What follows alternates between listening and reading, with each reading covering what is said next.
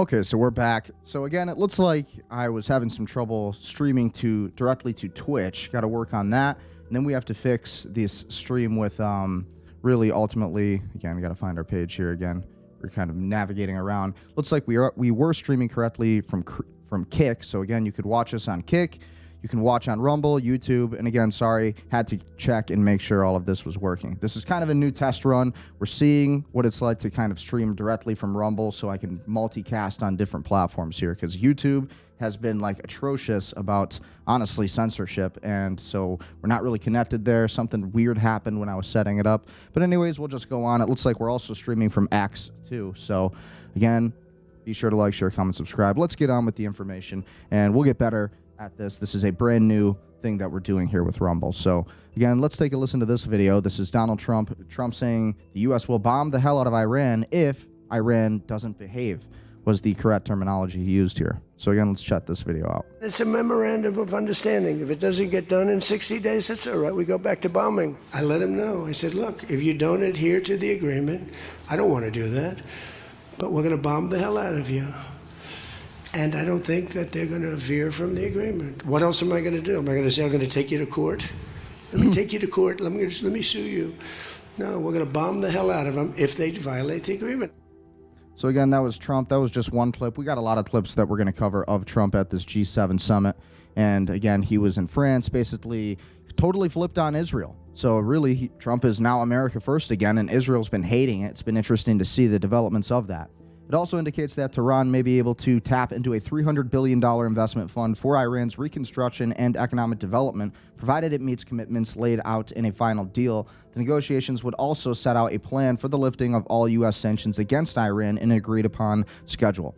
A senior U.S. official stressed that the U.S. term is clear-eyed about what it was agreeing to and what it was expecting out of Iran, and that President Donald Trump is prepared to restart military action if needed. If Iran actually does all the things they're telling you, this would be a home run deal, the official says. You could say that the MOU is final, but either side can walk away at any time until you really have some fulsome binding deal. So again, these are the 14 points of the Memorandum of Understanding. So again, the United States of America and the Islamic Republic of Iran and their allies in the current war, by signing this MOU, declared the immediate and permanent termination of military operations on all fronts, including in Lebanon, and undertake from now on not to initiate any war on military operations against each other, and to refrain from the threat or use of force against each other, and ensuring territorial integrity and sovereignty of Lebanon.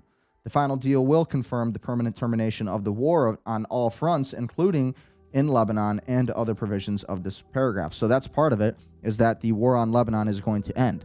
Will Israel really adhere to that? Honestly, who really knows?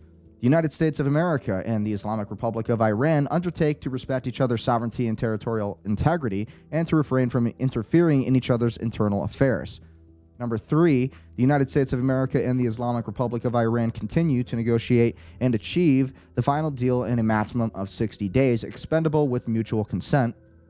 Number 4 is, immediately upon the signing of this MOU, the United States of America will begin the removal of its naval blockade and any disturbances or impediments against the Islamic Republic of Iran, and will fully end the naval blockade within 30 days. During this period, the traffic of vessels will be in proportion to the numbers of pre-war traffic being resorted to the Islamic Republic of Iran.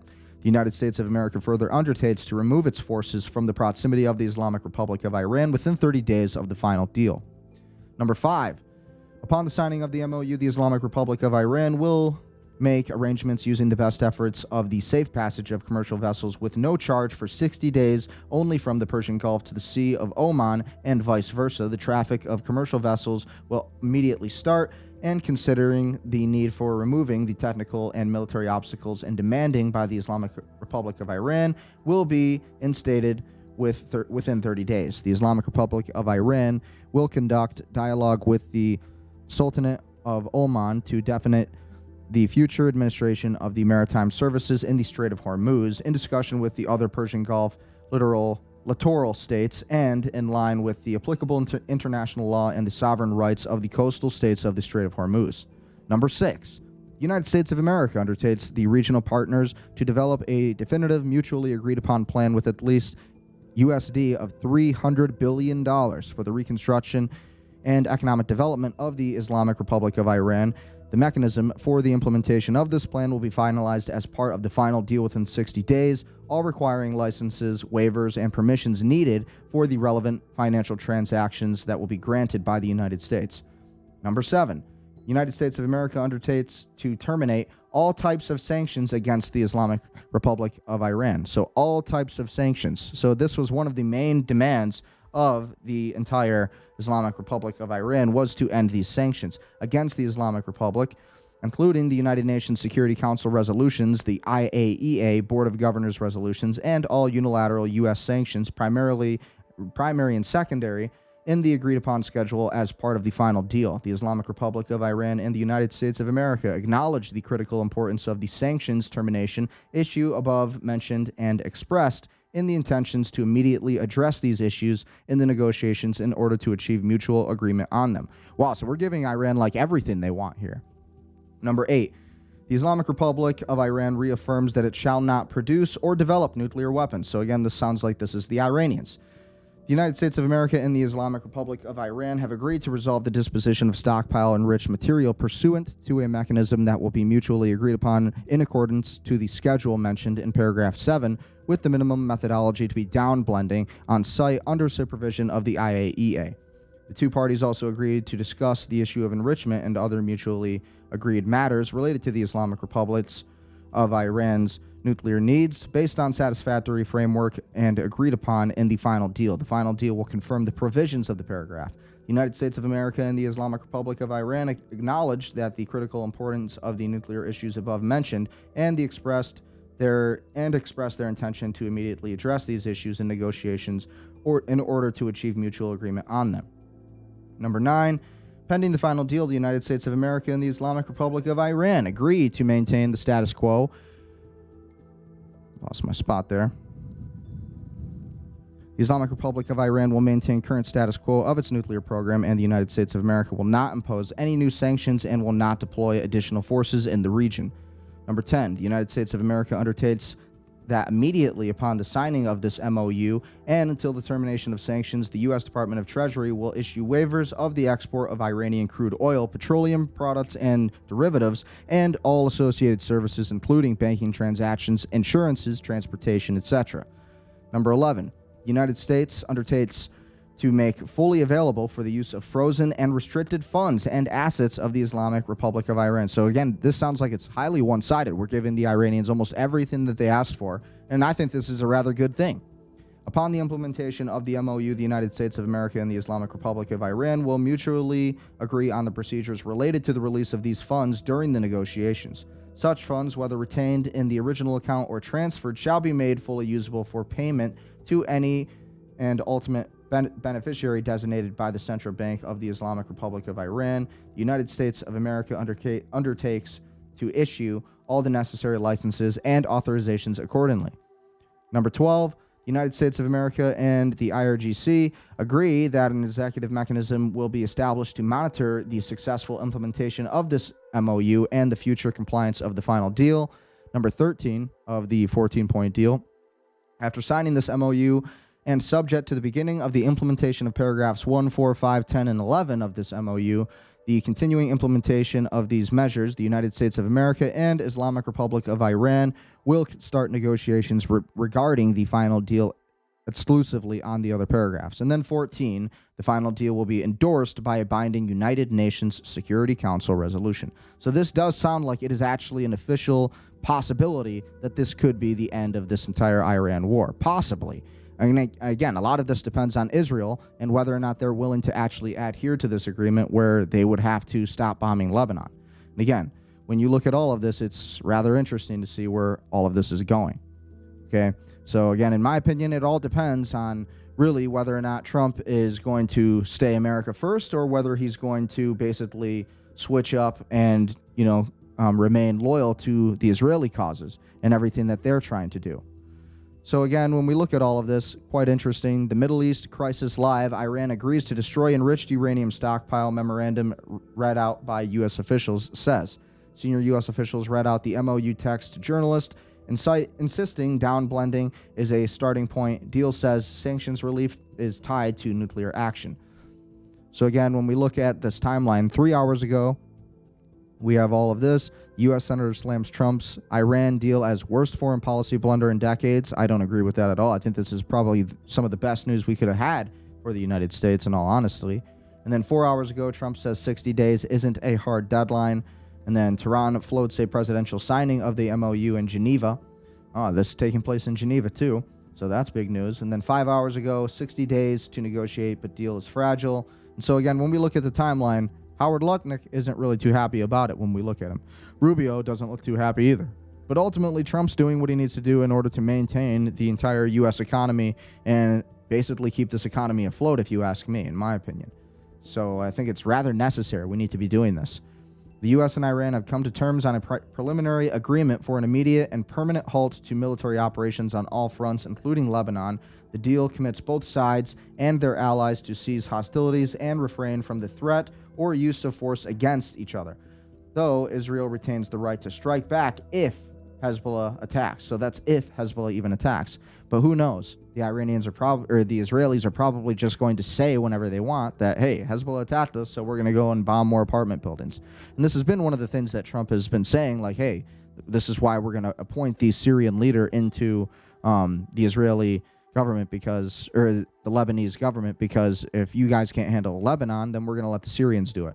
And again, a lot of people are really contentious about this, but ultimately the Syrians are probably not going to explode entire apartment buildings versus, doing their entire thing with that. So the day so far, Israel has not been shown the final text of the MOU. According to Prime Minister Benjamin Netanyahu, though senior U.S. officials said he had been briefed consistently on its substances. Iran will not receive broad sanctions relief simply by signing. Senior officials were empathetic on a press call that all sanctions removal is directly tied to nuclear performance. Iran has committed to destroying its enriched uranium stockpile at minimum through downblending under the IAEA supervision, a concession officials called a major win. Strait of Hormuz is set to reopen for toll-free commercial passage within 30 days. Iran had already stopped firing on vessels in the Strait of Hormuz before the signing call, the first such pause in 100 days of conflict. One immediate upside for Tehran does kick up upon signing a U.S. Treasury waiver on Iranian crude oil exports. Both sides have 60 days to reach a final deal to be endorsed by a binding UN Security Council resolution. Senior U.S. officials said the administration would know within days or weeks, not months, if Iran was stalling and was prepared to tighten economic pressure significantly if talks broke. Trump did negate the characterization later, telling reporters, "I don't view it as hard, just as long as they are behaving. I really don't care that much." So essentially, Trump is pretty much giving the Iranians what they want, but I think it's, again, rather necessary. I think it's rather important for this entire deal, really, to end this entire Iran war. Very important, actually. So again, these are just some clips from the G7 summit that we saw today, and a lot of big developments here. Trump humiliates Netanyahu at the G7 press conference after Iran MOU defiance. We are the big partner, and he is a very small partner, referring to Israel. I say you can do a little softer touch, Bibi. You don't have to knock down a building every time somebody walks into it that's from Hezbollah. So again, this is what he said here. Look at this clip. But it's been an amazing partnership. But he will say, we're the big partner, and he's the very small partner, and that's true. So happened, Israel would have been blown away. And in all fairness to Bibi Netanyahu, who happens to be a good man, gets a little excited sometimes. But he happens to be a very good man. We've had an amazing partnership. He's been I think opinions would vary on that one. Amazing prime minister. We have a little dispute over Lebanon. I say, you can do a little softer touch, Bibi. You don't have to knock down a building every time somebody walks into it that's from Hezbollah. But so he came to the country and he begged Barack Hussein Obama, the president, not to do the JCPOA. He said it could be the end of Israel, and it would have been if I didn't come along. True. And Obama didn't listen to him. Bibi actually went to Congress and pleaded with them, and he got nowhere. And they had this horrible deal that was horrible for Israel, horrible for Israel. They've been a good partner. Again, I think they could do better with respect to Hezbollah. I'm not saying they shouldn't protect themselves. I'm saying when 2 drones are shot into the desert and drop harmlessly, you don't have to knock down buildings in Beirut. They could behave better. And frankly, they could do a better job. Look at Howard Lutnick. He hates them that. as a partner. They were terrific. But they could do a much better job with Hezbollah. On that, I don't. So again, that's just one little clip there, but there's a lot more clips. Again, from this entire G7 summit, this is where this took place in France. And again, buildings are being dropped on top of them, right alongside them. How would you like to live there? Get it done. But I'd like to do it. I mean, you have people living there. Buildings are being dropped on top of them or right alongside of them. How would you like to live there? It's so unfair, especially... Look at the body language of Marco Rubio and especially Howard Lutnick. They're not happy with this at all. So Howard Lutnick was chuckling and laughing up until this point in the entire speech, if you watch the entire speech. And then Rubio looks like he's just kind of sitting there, I don't know, just kind of not enjoying any of this. Beirut, you know, you're going to Beirut, and I looked at the scene 2 days ago, yesterday, where they hit. That was a big hit. That was unnecessary in my book. Yeah, please, get it done. But I'd like to do it. It's honestly a crazy reversal when we're looking at where this war was just like days ago. Trump admits why he had no choice but to end the war. We would have to run out of oil reserves in about 4 weeks. That's crazy. I know that. Now, if I did the opposite, if I went out and continued to bomb them for another 4, just bomb the hell out of them, I'd get bad press on that. No, there's nothing I can do. But what this does is it allows the ships to go. If we keep bombing, those ships won't be going. And you're talking about $500, $600, $700 million a day. It's a lot of money. A lot of money. That's why the world is okay. It's liquid. It's fine. Also, we run out of reserves in about 4 weeks. You know, there are reserves all over the world, and we would really run out. And there'll be a time when you wouldn't be able to get it. And you want to see bedlam? So for all those so-called geniuses that want to show me how smart they are, ask them why didn't they blow up General Soleimani? Ask that of the general and a couple of other people that I like very much, but boy, are they wrong. Go ahead. I've never seen Rubio with more of a straight face during like all of these clips. Here's one more clip from this. It's going to work. And he's actually done a very good job. Syria would love to do it. I was very responsible for the gentleman at Syria that's now the... So again, a lot of people have been against this too, because they're saying that, well, they're not just saying that, that's true. The leader of Syria who's taking over, who Trump wants to take over Lebanon, essentially he has been funding a lot of terrorism, and essentially these groups are really no worse than the Israelis when it comes to violence and when it comes to the level of taking out Christians and things like that. But my stance is, really, I don't know. I guess we'll have to find out. But I'd rather see anybody else but Israel control southern Lebanon, because Israel is just refusing to adhere to any of this ceasefire, and it's harming the United States. It's harming our ability to really get anything done. And so ultimately, it's something that we need to be really careful about when we look at all of this. Again, who really knows? But ultimately, what do you guys think? I think that we are in a position where we have to be really careful about where we're going with all of this. So again, what do you think? Leave your thoughts below. But this is just one little clip. A tremendous job. He's put that country together in a year and a half. Sort of like our country, a year and a half. It's pretty similar size. They said, please don't put him there. He's a very violent man. Al-Qaeda. I said, well, I know one thing, a Boy Scout's not going to work. And he's actually done a very good job. He'd love to go in and, you know, Hezbollah's an enemy of his, and he'd go in but he wouldn't knock down buildings every time he hears there's somebody. He'd just go and get them with precision. But I don't know that people want that. Maybe they don't. Maybe Lebanon doesn't. We have to be guided a little bit by Lebanon. And by the way, the president, Syria would love to do it. Something to think about. Very responsible for.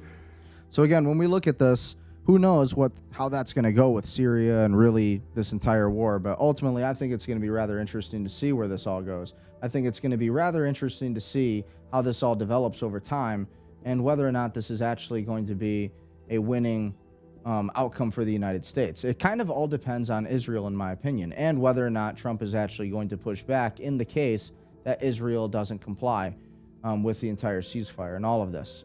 Ultimately, that's what's going to decide the real determination and future of this war. So what do you think is going to happen with all of this? Again, I think it's going to be quite interesting at the end of the day, but maybe that's just me. So what do you think? Ultimately, I think it's going to be quite the development. So again, here's one more clip of Trump basically talking more about this. He downgraded Israel from our greatest ally to a very small partner. This was huge. And this is what Mike Huckabee was saying. This is what all of these politicians were not too happy about when they looked at all of it. Rather interesting to see it. So again, when you look at this, what do you think? But I think it's going to be quite interesting. And we're waiting for it to load. Loading.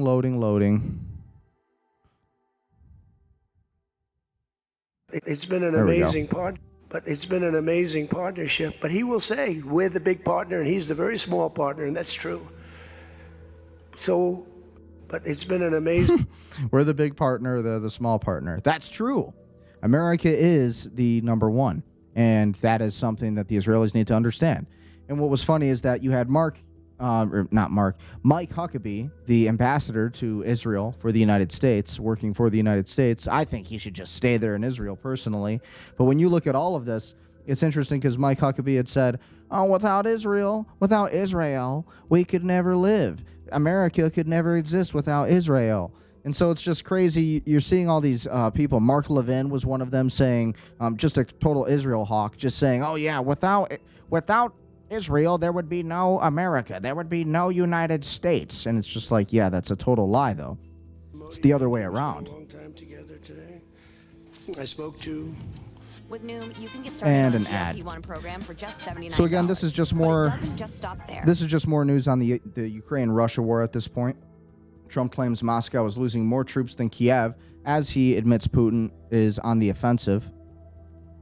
Spoke to the Crown Prince of Saudi Arabia a number of times. They're all so happy that they're still... You have to have them happy too, you know. We're using their airports. Not that they could stop us if we didn't want them to, but it'd be nice that I went to get that little sucker. But I missed. I hate missing. But we spoke to all of them in many countries all over the world. Honestly, it's going to be interesting. So again, here's one more clip. This is Vladimir Zelenskyy. He said today that everybody wants this war to end. Do you think that includes Vladimir Putin? No, I'm not sure that Putin wants to finish this war in such situation where he's and where his army, with losses and without goals he wanted to have at the very beginning of this war. He really doesn't want. But their economy is really tight, and their army is very tight. But also, our army is also tight. So we are honest, and we speak about it. Keep asking for more money, Zelenskyy. What we honestly. can with our soldiers, and they do their best. But 35,000, as I said today. Square handheld is a game changer. You literally can use it. And with more one hand. ads. It feels familiar. Gotta love it's very that. intuitive. It just makes the operation more efficient. If the power goes Here we down, go. we're able to operate. 35,000 dead Russian soldiers per month. And the number will increasing. And this is, big losses. It's up to them to continue the war or not. But we want What's up to with his stop this eyes? war. Looks like he's been That's on why something. I think President Trump can. He really can, because he has dialogue with Putin. Not everybody has dialogue, just even dialogue. He has dialogue with Putin on the same levels. I think America is much stronger than Russia, and you can see the result of this war. And so again, there is Zelenskyy essentially, pretending like this is all just, hey, keep giving us money. Zelensky's been asking for money from the United States and the EU for quite a long time now. Pretty much expecting everybody else to pay for this war. And it's definitely not okay. So again, what do you think? Leave your comments. Ultimately, I think it's pretty insane. Donald Trump has said that Vladimir Putin needs the war in Ukraine to end as Moscow is losing more troops than Kiev. That's not true. Speaking at the G7 summit, the U.S. president described Russia as the offensive party in the conflict in the apparent shift in his stance towards the end of the war. Ukrainian President Vladimir Zelenskyy and his allies came to the G7 hoping to convince Trump that Ukraine's fight back is delivering results and that Russia is in no position to dictate terms for any peace deal. Not true. Trump showed a real change in approach regarding the war. French President Emmanuel Macron said earlier in the day other European leaders made similar comments. The U.S. president said he had a very good meeting with President Zelenskyy and called on Russia to make peace with Ukraine. Trump's comments followed a joint leaders' statements that could bolster Kiev's growing leverage in potential peace talks with Moscow, and to support and accelerate this new momentum, we agreed to increase the delivery of air defense capacities, additional systems, and interceptors and long-range capabilities, a joint statement read. So again, Ukraine and Russia, when we look at that entire war, it's just going on and on and on. When we look at the Jerusalem Post, this was just an article from there, seeing what's going on in Israel today. Sentiment value is a beautiful drama of redemption and a show of Biz family. So again, Maccabi Tel Aviv takes lead in final series with win in first game. So again, not a lot of big news in Israel. A lot of what we've been looking for today is just how Israel's really responding to this entire peace deal. Netanyahu holds the first working meeting with new Mossad Chief Goffman. Netanyahu met Mossad Chief Roman Goffman for the first time in an official working session since he took over the intelligence agency earlier this month. Prime Minister Benjamin Netanyahu and new Mossad Director Roman Goffman held their first regular one-on-one working meeting on Wednesday night. Goffman took over the spy agency from David Barnea on June 2nd. The new Mossad chief's prior role was at Netanyahu's personal military secretary for around the last 2 years, such as both parties are already highly familiar with each other. However, if Goffman's old role was to serve close to Netanyahu's side at almost all times and to be a deliverer and vetter of information between the prime minister and others in the defense establishment, the Mossad chief's new role involves managing a huge agency of thousands of operatives in Israel and across the globe. The Jerusalem Post understands that Goffman has already taken strong stances in war cabinet meetings, including during the recent debate regarding the war and peace with Iran and Lebanon. As Mossad Chief, Goffman will, in many ways, be the lead Israeli officer managing the Iran file, certainly in time periods when there is no open war. Interesting. So in time periods where there is no open war. So what does that mean? So right now, we are in no open war. Does that mean that they're just going to plan on striking kind of under the shadows? Because that is the way the Mossad operates. The Mossad, if you know anything, is the CIA of Israel. Goffman committed to bringing down the Islamic regime. In his opening speech, he committed to bringing down the Islamic regime, though that was before President U.S. Donald Trump cut a new deal with Iran, which will likely provide tens of billions or even hundreds of billions in funds to the regime in exchange for some concessions on the nuclear file in the coming months and years. Both critics and supporters view Goffman as bright and daring, with critics afraid he will drift into unwise operations and supporters hoping he will achieve new goals that others thought were too hard to accomplish. So again, that is just some news coming out of Israel today in Jerusalem. Again, from the Jerusalem Post, Ivanka Trump and Jared Kushner turn heads at ultra-exclusive Miami Grand Pier. So again, lots of information coming out of Israel, lots of information coming out of this 14-point deal with Iran, and really a lot of information coming out with all of it. So again, the question is, how is the world going to respond to it? And ultimately, that's kind of what I see to be the most interesting. So again, we look at all of these different clips, we see how things have been developing, and it's looking good for the United States since now we have a chance to actually restore our economic prowess. If there's a real deal. So again, I wanted to play this clip. This is John Kiriakou, or something like that. And he's a former CIA agent. This guy basically exposed the HB1, what was it again? Pull up the comment here. HB 187, which was basically written into law in June of 2024, making the IHRA working definition of anti-Semitism official state law. This broadens how the state identifies and combats perceived hate against Jews, including certain criticisms of Israel. Supporters hail it as a production amid rising incidents. Critics call it an unlawful and unconstitutional free speech violation, which it is.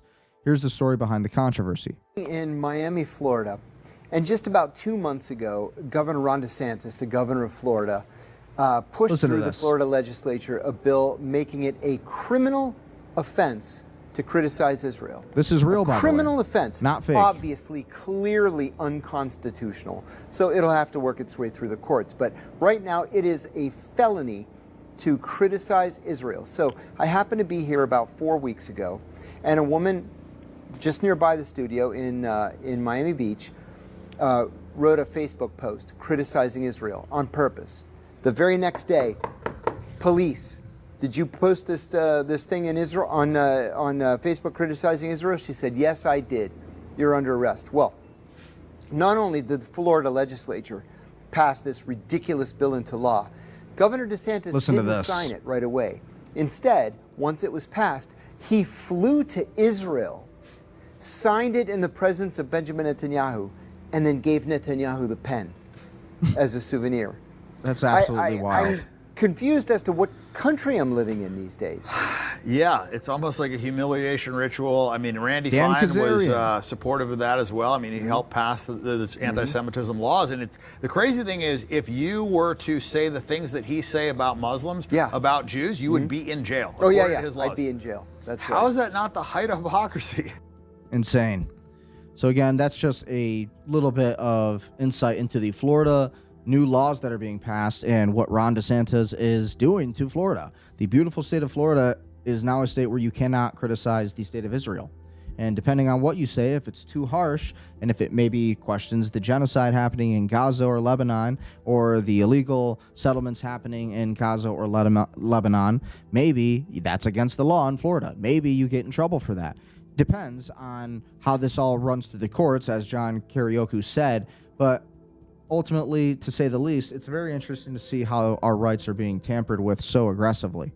So again, a lot of other information too. So again, this was the original post from Trump, basically saying he put Syria's leader in power. Here's more context behind that story. This was just yesterday. If Israel attacks Lebanon, it can, and I consider that the minor war.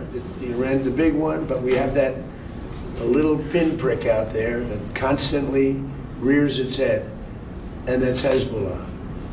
And, I was very responsible for Syria, and the man that's running Syria now is a person that I put there along with President Erdogan and some others.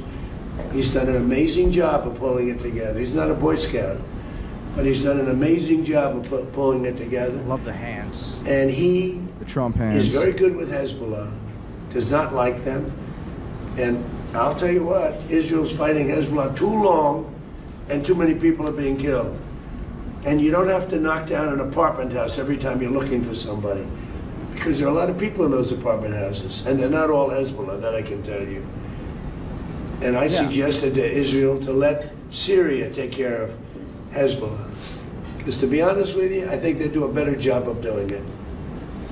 Is Netanyahu on board with And I didn't like Syria. I didn't like where 2 hours before we're signing the agreement that there was an attack in Lebanon, in Beirut. It was right in, it wasn't like in the southern side, and it was in Beirut. I did not like that. I let them know that. I didn't like it, not at all. But I think that Syria, he's pulled that country together amazingly quickly. He's very capable. And he's been very good for me. He's protected everything that I've asked for, he's done. And if Israel can't do the job without killing everyone else, he'll do the job. Syria will do the job. So again, basically Trump is saying that there's too much death and unwarranted death on civilians and too many civilian casualties being done. Again, a whole entire apartment complexes, entire villages being wiped out. And again, when we look at the Maritime maps, you can see all of this on the Maritime maps. You see all of it. So again, all of this is real. So how is this entire Iran war and all of these developments, this entire 14-point peace plan that we went over at the beginning of this episode, how has it affected the oil prices? Well, as we can see, it's affected them rather nicely. the markets in the United States, at least, are going pretty good. The WTI crude is at $76.01. Brent crude's at $79.55. Murban crude's at $74.31 a barrel. And natural gas is at $3.16.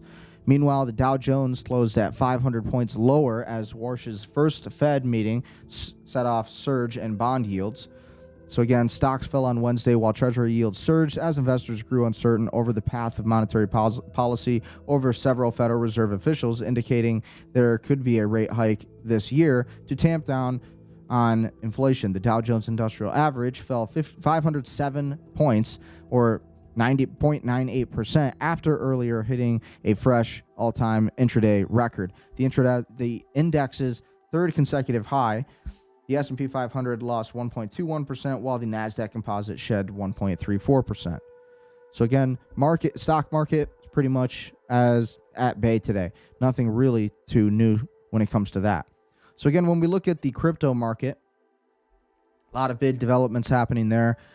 Again, really waiting down on the Clarity Act, but essentially the Clarity Act is now going to be pushed ahead a little bit further than it was before. So we were looking at July 4th for the Clarity Act. Now they pretty much kicked the can down the road again towards late July after the Senate recess period, which is when they're going to basically take their little vacation kind of thing.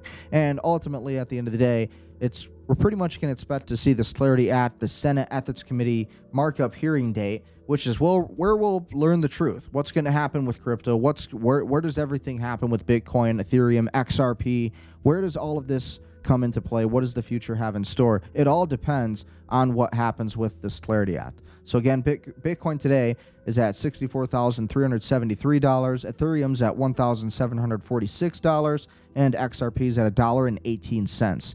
So again, as much as the market's a little bit down recently, and the fear and greed index is way down at 22, so people are in fear, but ultimately, I think we have a lot of positive things, right? Just with good news, you see these markets move up drastically. So again, and overall, we're waiting on the Clarity Act. Nothing happens in crypto until we hear about the actual Clarity Act. So we'll see what happens with all of that.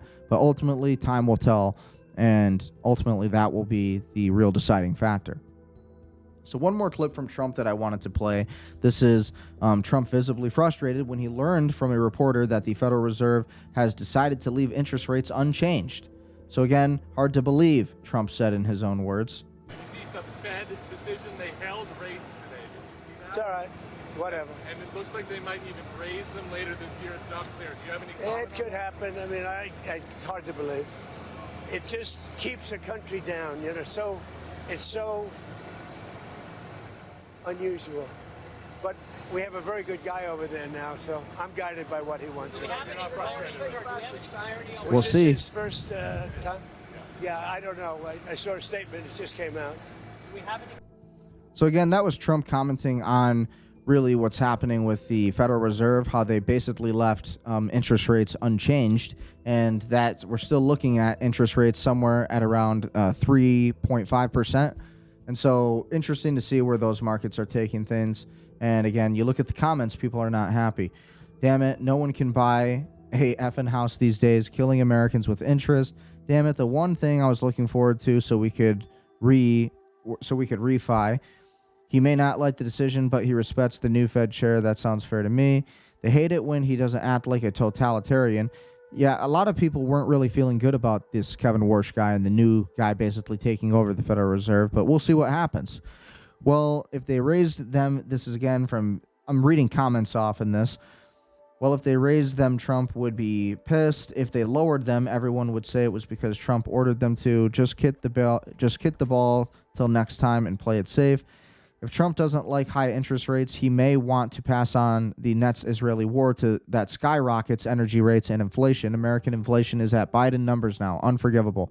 So nobody's really on board with, the BS when it comes to this. People want markets that make sense.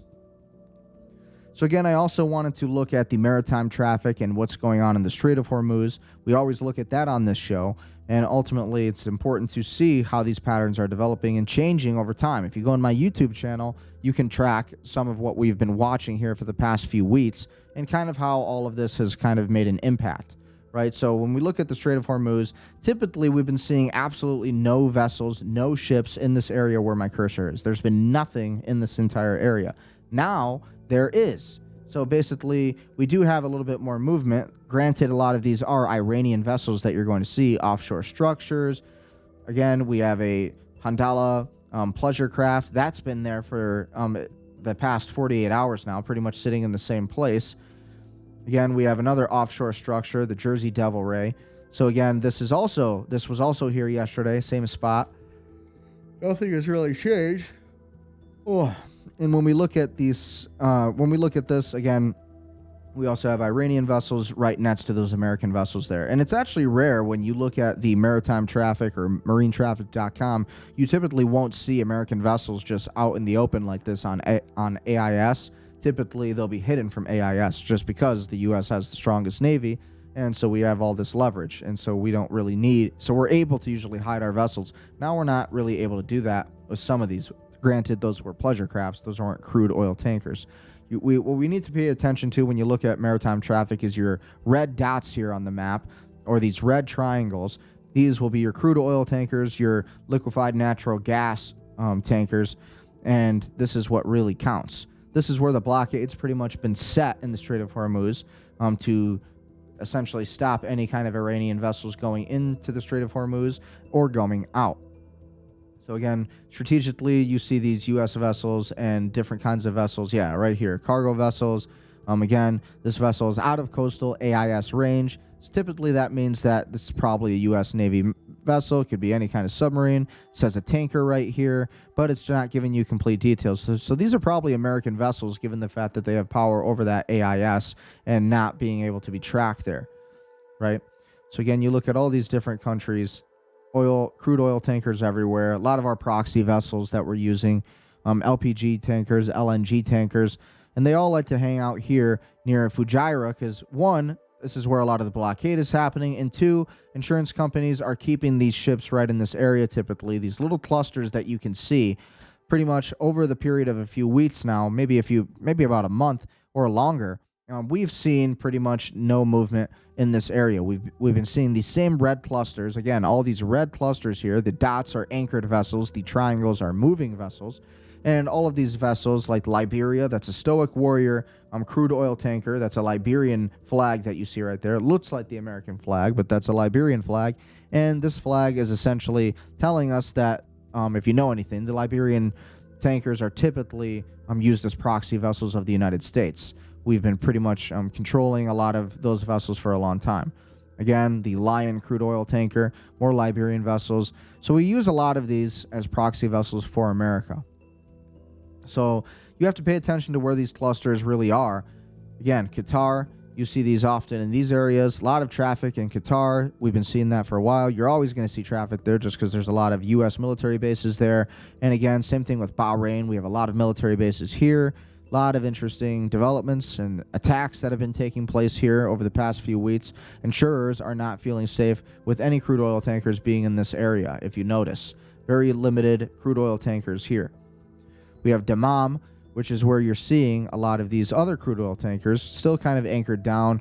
And then as we get more northward into the Persian Gulf, right in this spot, pretty much been the same for the past 113-day war that we've been seeing here. Anchored vessels, a lot of these U.S. vessels, and a lot of these vessels have pretty much been stuck there.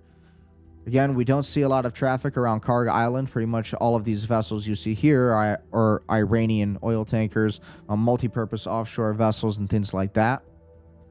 Because again, Karg Island is a big island for imports and exports for power and energy. So that's kind of what you need to focus on there. And this is what the U.S. military wants to really take, because when you look at this, obviously, as you can see, there is, a little bit of an advantage. There's an advantage to having control over these import-export zones. But the problem is, small little target when Iran's right next door, right? So when we look at this, all interesting stuff, very interesting developments we've been seeing. Very interesting. So, again, we also have to look at the western side of Saudi Arabia. And when we look at this, you're able to see the Red Sea over here, just on the border of Sudan, which is a big big portion of where we give about $30 million a year to Sudan just so we can control this area. And a lot of these vessels that you'll see here often will be American-controlled vessels, proxy vessels, crude oil tankers, and things like that that we will send to do a lot of trade on this side of the country. So again, when we look at a lot of these crude oil tankers and the traffic happening in the Red Sea, we see that straight line north to south. And again, we are starting to see more movement going through the Strait of the Suez Canal. So again, that's kind of interesting. Still have a lot of anchored vessels, and we still have very, very limited traffic here. So again, you can't directly see any of these vessels moving through the Strait of, the Suez Canal. Port Said still has a lot of anchored crude oil tankers and LNG tankers in this area. Oh, when we look at this, pretty wild. You look at Israel, you look at the West Bank, they still have trade coming into this area. Pretty limited for now. Cyprus, a lot of controlled Israeli territory over here. And again, you have Beirut and southern Lebanon, the Golan Heights, which is what the Israelis have been targeting. From Tyre to Odessa, upwards of mid-southern Lebanon, Nabatea. So again, when we look at Odessa, you can literally see just an example of these different villages that have been getting attacked. I always show this village because it's quite interesting. It really says right here on the border, the Odessa-Israel observation point. And here, what is the observation point? An entire destroyed village. So, very interesting. Lebanese destroyed village. Look at that. You can literally see smoke from the sky, the coloration of the clouds showing us that these are smoke clouds. You have buildings pillaged, completely destroyed, collapsed to the ground. You have literal tankers right here on satellite, as we can see where my cursor is. And these are literally tankers, Israeli tanks. So we can see that a lot of construction, new earth is being seen here. And as you can see, it's not hard to tell that all these different buildings have been bombed to the ground. And it's all over the place when you look at these different areas around the country. Again, Tyre, one of the most ancient cities of Israel, has also been attacked by Israel. And again, Tyre, Lebanon, is one of the most ancient cities of Lebanon. And Israel has been bombing it like crazy, pushing these civilians northward. But what is north? Well, we have Beirut. Just north of Tyre, you have Beirut. And a lot of strikes have been happening here in the past few weeks. And pretty hard strikes, too. So, active wars happening in Lebanon and southern Lebanon, all the way up to northern Lebanon. And eventually, they want to take Turkey, which is just across the Mediterranean here. So, very interesting. What do you think is going to happen? Ultimately, when we look at the Strait of Hormuz, we have signs that there are still traffic. The traffic is beginning to move up a little bit. There's continuing traffic going up over time. And we still have this congestion over the southern tip of Africa here, telling us that nothing has really changed too much. Everybody in the insurance companies especially are really waiting on the developments of this entire war. And what's going to happen with this 14-point peace plan, the 60 days ceasefire, that's what we're going to be keeping our eyes on. Okay, so when we look at all these different prices, again, back to crypto, Illinois Governor Pritzker has signed a 0.2% tax on crypto transactions into law, including transfers between personal wallets, with the Crypto Council for Innovation calling it the most punitive digital asset tax in the country. So if you want to get rich in crypto, get a job and save up $3,000, convert it all into USDC, put it into a 5-year yield, DeFi protocols, earn a free $1,000 each month, hell yeah, and invest the profits back in. You can retire in 3 to 4 years doing this. So again, a lot of people are, taking advantage of it. Breaking, the Fed just officially paused rate cuts until 2027. Inflation is heating up, and the new Fed chair, Kevin Warsh, is now preparing markets for interest rate hikes. This is not looking good for the markets. Well, we'll see what happens. with this Iran war, if we're able to get out of this war, we might see some more positive developments with all of this. And again, we have a lot of different signs telling us that these markets are going to have to go up at some point. You know, they're going to print more money, they're going to bail out the banks, and all of these things are going to happen. And you're going to see the market kind of come back to the same level of equilibrium. All of these things are going to happen. That's usually what they do. So again, some other breaking news. Or not yet, I guess. Gold prices, $4,274 an ounce. Silver's at $68.34 an ounce. So again, if you're a gold investor, something to pay attention to there. And then we also have some of our more viral videos we've been seeing on X. So I wanted to go through some of these. We are at war against, this is President Vladimir Putin of Russia. Regardless of what you think about Russia, this is very true. We are at war against Satanism, the occult, and sorcery. Vladimir Putin. Russia, China, and Iran are not the true enemy. The true enemy is the Rothschild Khazarian mafia. And who are the Khazarians? The Jews. I truly agree with you. Satanism and occult services, sorceries, this is nonsense. That is something that confuses people,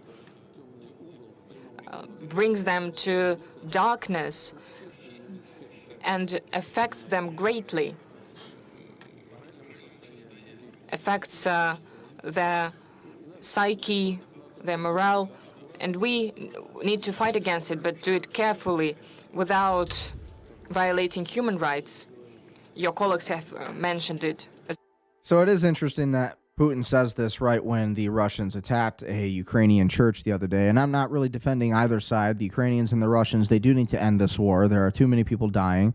Too many Ukrainians dying, really. The Ukrainians are really taking the larger blow, despite what Fox News and the mainstream media will tell you. Ukrainians have been getting hit hard by the Russians. And ultimately, the Russians should end the war just because it is in favor of their own economy. Ultimately, they're not going to just let Ukraine lob in FPV drones into their entire country. So they're going to do something about that. But at the same time, again, no war can be won when it comes to attrition. And so somebody's got to, call it.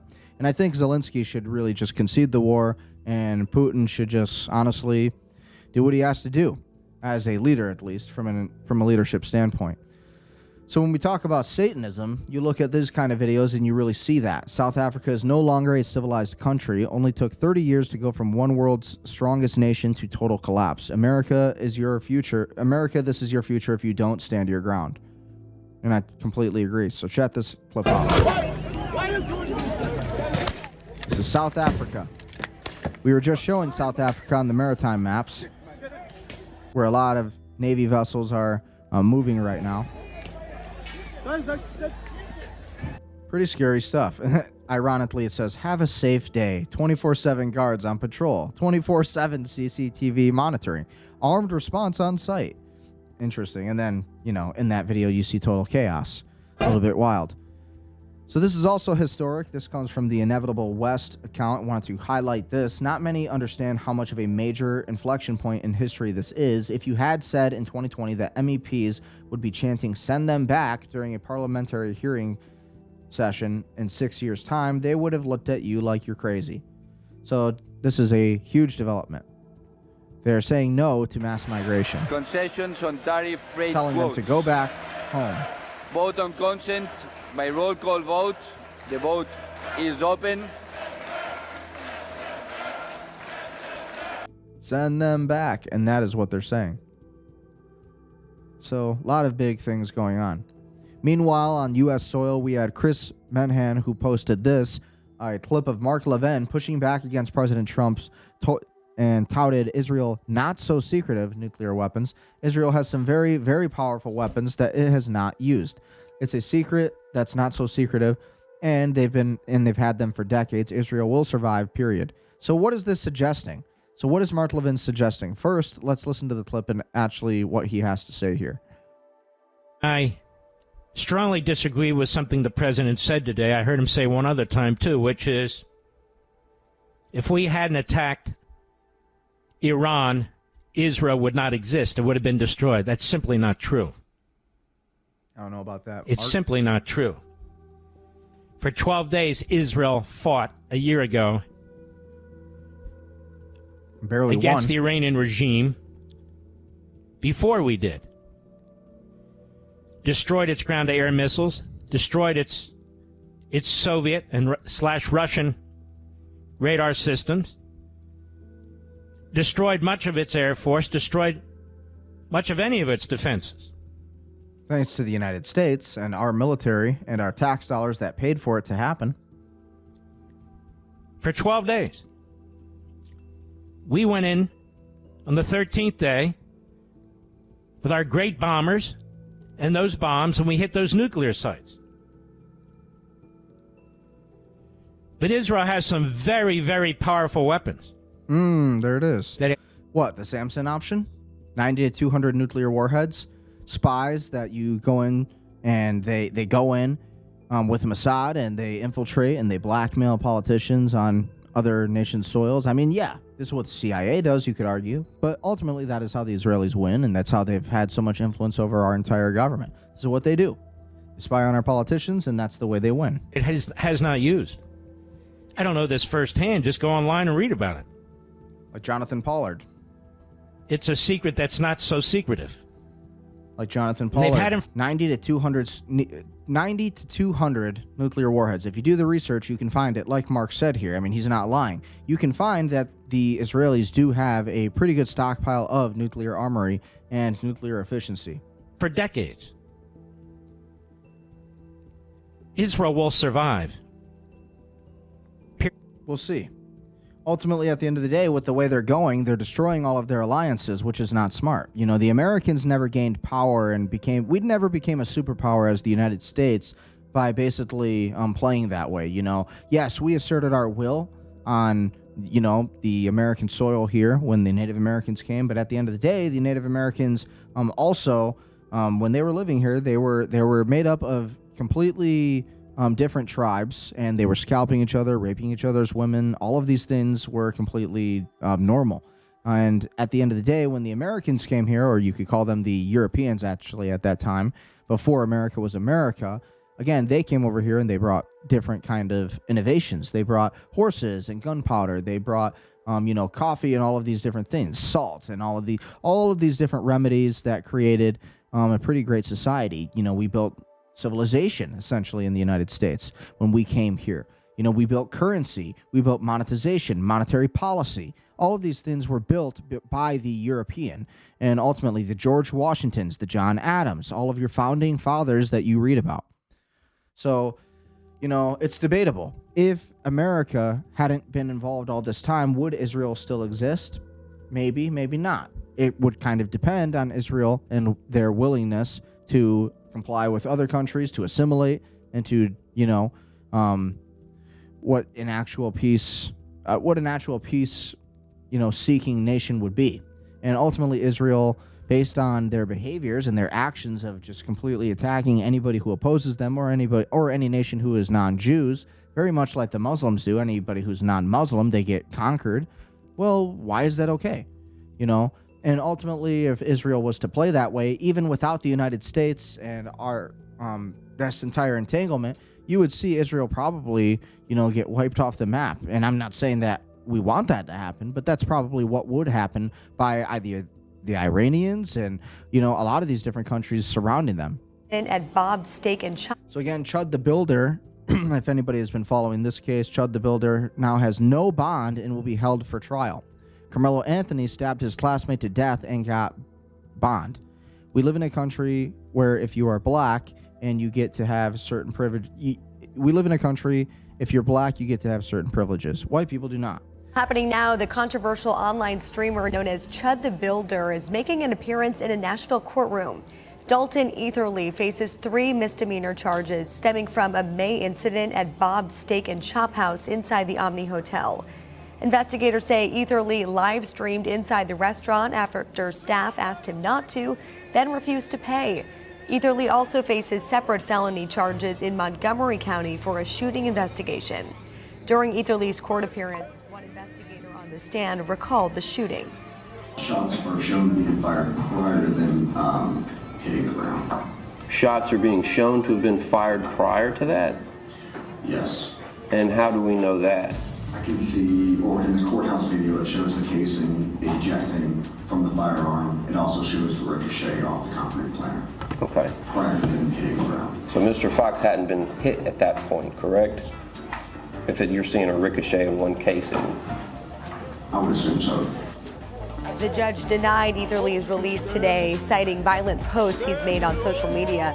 Etherly is also facing a $1 million bond in the Montgomery County case. And meanwhile, Carmelo Anthony got 35 years prison. He got like a $250,000 bond for literally actually killing somebody, stabbing a young man, Austin Metcalf, in his heart when he was in Austin Metcalf's tent.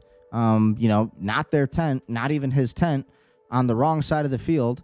And again, 15 different witnesses saying, hey, get out of our tent, Carmelo, get out of our tent, Carmelo Anthony. And Carmelo Anthony says, make me. And then basically provoking a reaction, Austin Metcalf then pushes the Carmelo Anthony. And Carmelo Anthony, what is the logical response? Oh, well, he grabs a knife and stabs it into his heart. And that's apparently being celebrated. That's like, okay. And so that just goes to show there is such a double standard in this country when it comes to this entire racial divide. And really, we need to have unification. Ultimately, at the end of the day, we don't condone violence or any of these things. And right now, all of the supporters of Carmelo Anthony are supporting violence when we need to actually condemn violence, which is actually, ironically, what Chud the Builder was doing in his message that was part of his project, of this free speech project. So, very interesting to say the least. Dominic Trzynski, MEP, this is my victory today. We won. Send them back. Be like Poland. 100%. Mrs. Brigmont on the EU-Pakistan agreement modification of concessions on tariff rate quotes. Vote on consent by roll call vote. The vote is open. Yeah, we do need to send them back, though. We do need to send back all of these illegal immigrants. 100%. There's more footage of that.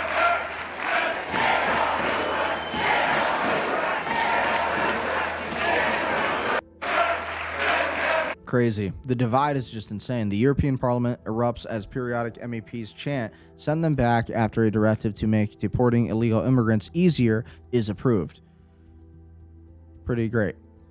And meanwhile, as we were just talking about Carmelo Anthony, this is a new trend that we're seeing. Blacks have started a trend called the Austin Bop, stabbing my chest, where users take a knife and imitate Austin's stabbing. The song was released by 600 Noti with a photo of Austin Metcalf holding a sign saying, I learned my lesson. How evil is this? So again, I don't want to get copyright. When we look at this, it's just so evil. This is like a new trend on TikTok of, black people, and not all black people, of course, but they're celebrating this murder that took place on Austin Metcalf's life. Using an AI image of him holding a sign that says, I learned my lesson. Absolutely disgusting. And they're dancing and celebrating this young man's death. He was a 4.0 student in school. He was a great star athlete in football. Like, truly, everybody loved him in his school. And even the motto for his entire death was just praised, And so, again, it's very, very sad. And it's a terrible thing to see this kind of behavior. People celebrating this. So, pure evil in every sense of the form. Trump humiliates Netanyahu at the G7 conference. We covered that. So again, Trump talks about the Space Force here. Cameras on every from Nick Sortor on X. But I'm proud of Space Force because I started it. We have Space Force cameras on every single door, well, there are no doors. They've been pretty well shattered. But every area of that, if somebody walks in and he's got a badge with his name on it, like Mohammed something, which is about a 50-50 guess, Mohammed something. They can tell the name. They can give you a serial number. We can see things you wouldn't believe, the quality of the stuff that we have. That's why we've been so successful. That's why our blockade will go down in the annals of history as being unbelievable. Nobody's ever seen a blockade like that. It's like a steel wall. Nobody's ever seen a blockade like that. It's huge. It's perfect. Gotta love Trump. This is a clip of Joe Rogan basically saying the Jews control the media and they control me. He also accuses Alex Jones of being a Fed. Lay down, GI. You'll never win. There's no hope. Federal agent, dude. Federal. That's how we save America. That's how we get it. But dude, we're never gonna save it. If they control CBS, NBC, Fox, and ABC, and they control all the newspapers, Yes, how federal can we agent. ever do anything? Lay down, GI. You'll never win. There's no hope. Federal agent, dude. Federal agent. How dare you call me such? Clearly, the Jews control the media and they control me. No, they don't. They do. No, that's a whole nother shill level. See, there's whole levels of propaganda and film you have to go through. Really? Yes. Last time I checked, it's public knowledge that George Bush Sr.'s third cousin, Queen Elizabeth, and they're worth trillions, but we hear that they're worth nothing, and it's this nice family from Texas. Do they still talk? What? Do they still talk? Actually, they do meet routinely. They just met earlier this year over in France for the Bilderberg conference. Wait, but Queen Elizabeth made the big stink when he kissed Queen Elizabeth on the Jews lips. don't control the media? Every Jew that I know is like in television. They're all really smart and rich. They don't control the media. They're like producing all these shows and shit. That's not real. I think you're baiting Jew, isn't he? It's like Aaron Spelling, that kind of thing? It's true. I think they're all very wealthy Jewish guys. They're pretty much controlling the I don't media. know. I looked at my Forbes 500 list of richest people, and they're not. Yeah, but television Maybe producers. 2 or 3 are Jews. Television producers are so many. I know so many Jewish guys. They're television producers. Yeah. You don't think that that's like Jews controlling the media? That's 600 years ago in England or France, they had their pogroms. Pogrom. Pogroms? Yeah. They would. Pilgrims? Exactly. Yeah. Pilgrims do. Pilgrims control the media. They would have what they call purges. Well, now we know, man. Printing press. It's pronounced pogrom. Yeah, I know. But we're from Texas. All right, how does pussy fit into the New World Order? They would set up. Well, I need to answer your question. Okay. If you really read the scholarly. Isn't that the ultimate form of control? The scholarly. In my I'll case, answer yes. your question. Okay. So again, that's Alex Jones and Joe Rogan, long time ago. Crazy to see that. Section 1217 of the forthcoming Senate NDAA, which is the National Defense Authorization Act, would require the Secretary of Defense to establish a U.S.-Israel Defense Technology Initiative in consultation with Israel's defense minister to identify Israel-origin technologies for potential integration into U.S. military systems. So again, this is the part of the bill, establishment of the United States-Israel Defense Technology Cooperation Initiative. The Secretary of Defense, in consultation with the Minister of Defense of Israel, shall establish a cooperative initiative to be known as the United States-Israel Defense Technology Cooperation Initiative, the USIDTCI. So that's what they will probably call it, to expand and accelerate bilateral defense technology research, development, testing, evaluation, coordination, and industrial cooperation. Pretty crazy. Thomas Massey can be mad. Thomas Massey posted this. You can be mad at me for telling you these lies, but these are lies. I will not prove FISA without the Save America Act going along with it. I'm against FISA if it doesn't come with the Save America Act full version firmly attached to it. It's a trick for the weak. So again, a few Democrats are against the FISA with or without Bill Pulte going to DNI as acting. What kind of deal is that? Besides, I'm against FISA. It doesn't come with the Save America Act firmly attached to it. And then you look at this over here, another Truth Social post from Trump, basically contradicting everything here. So again, another big story was Israeli Minister Ben-Gvir. We cannot stop destroying houses in southern Lebanon, he says. We cannot stop, period. We cannot allow the population of southern Lebanon to return. We must continue to control the territory even if Trump disagrees. Wow. So does that not sound like everything you heard in Gaza? To me, it's the same thing.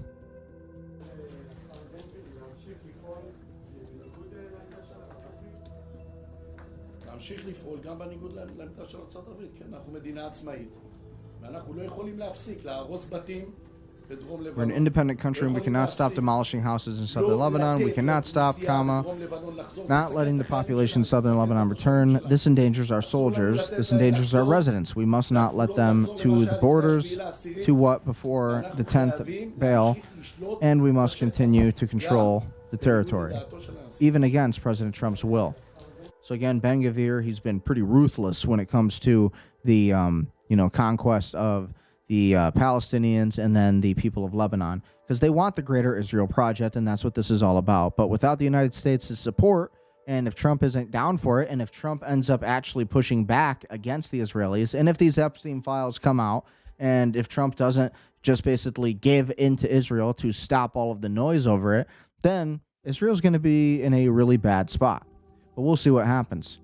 Hillary Clinton said that even when she was Secretary of State, Netanyahu and his government repeatedly pushed the U.S. to support military action against Iran. It was relentless. It was a controlled it was a constant push. She recalled Israeli officials trying to convey urgency by saying, "Our planes are on the tarmac." Her response, "Well, good luck."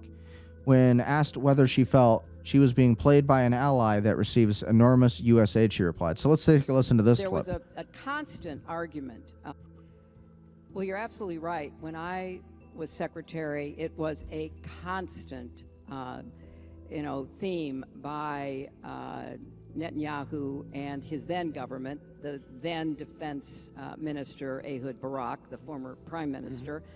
It was relentless. It was a constant push. I remember. What would he say to you? What? What would he say to you? He would basically say, you need to support us in attacking Iran. And back then, this was, 2009 to the end of 2012, we had more capacity than Israel did on several fronts to do that.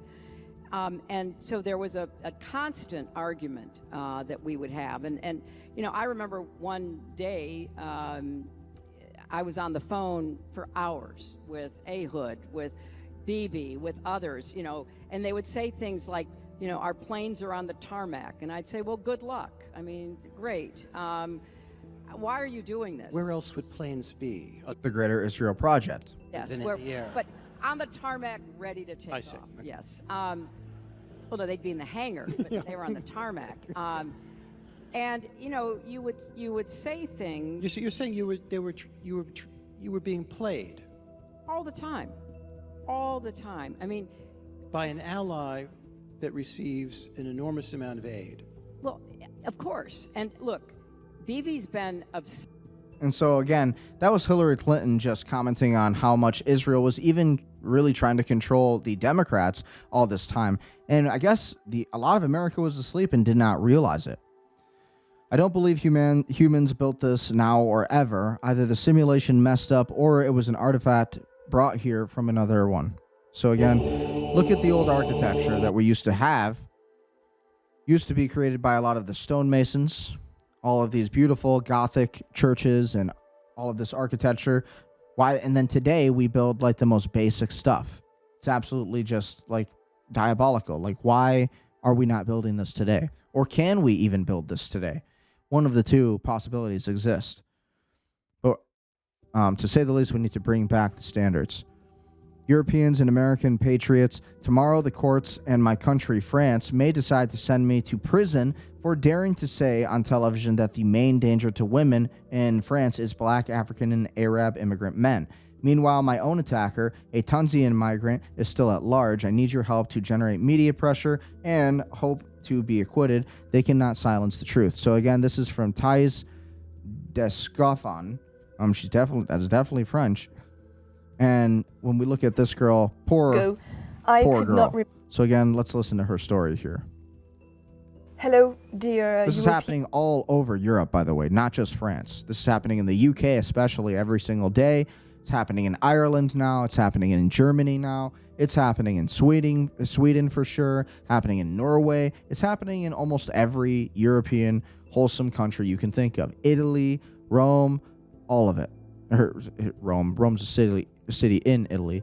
But when you look at all of these other, countries like Greece, you look at all of these different places, and they're being overtaken by Muslims. Spain, same thing. It's absolutely maniacal.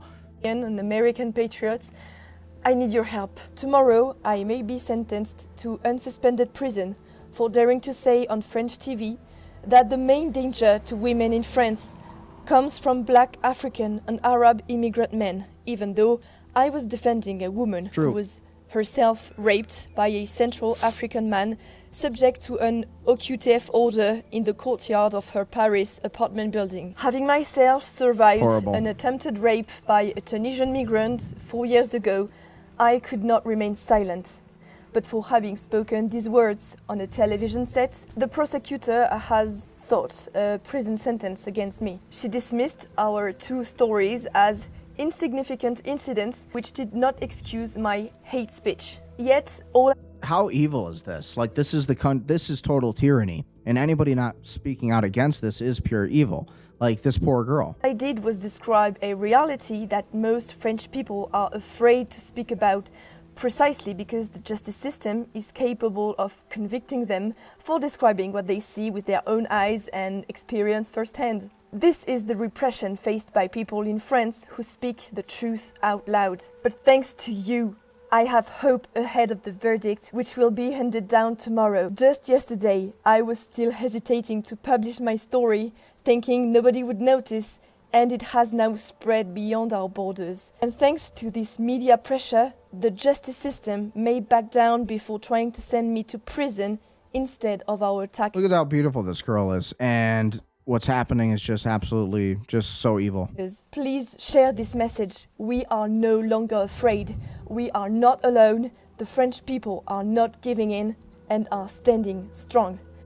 So again, you have this beautiful girl full of life and raped by this third world low IQ immigrant, illegal immigrant, who was allowed into the doors of France, a once beautiful country, and basically rapes this beautiful girl and takes away her dignity, all of her innocence and humanity. And you still have the natives of this country, the liberals and the leaders of these countries, basically saying, oh no, you should not have said anything about it. That's hate speech. And that in itself means that you have no power.